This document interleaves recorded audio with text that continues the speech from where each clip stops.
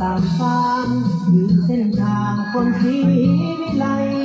เป็นเส้นทางสว่างสวัยในบ้านเดียวใหม่สู่ความเจริญ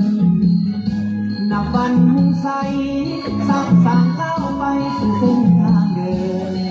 พร้อมเพียงใจทุกเผ่าก้าวเดินภาษาเจริญเมืองวิไลเรียกงานสามฟางคือเส้นทางเล่าเมืองสีทุกเผ่าตนห่วงสามัคคีมีก้อนกำลังภาษาเข้าไปที่ผมมองแห้งภาษาทั้งแกงก้าวหลับใสพานำพาส่องยังทางให้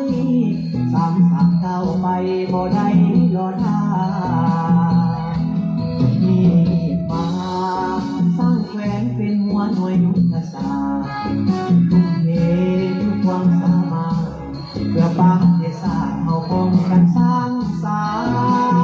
ค์สร้างเมืองเข้มแข็งป้องกันออกแข่งให้เดินก้าวหน้า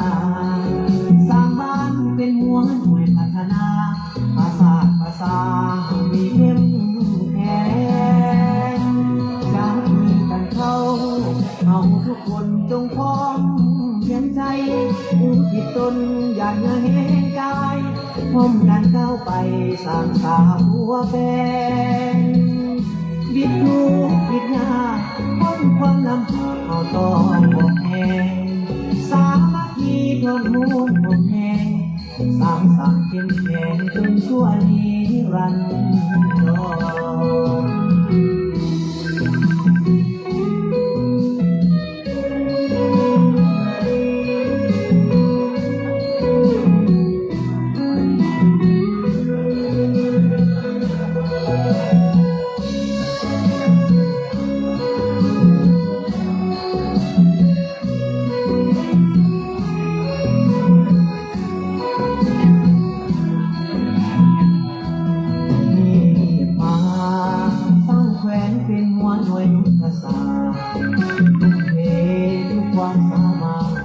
เพื่อประเทศชาติเฮาพร้อมกันสร้างสรรค์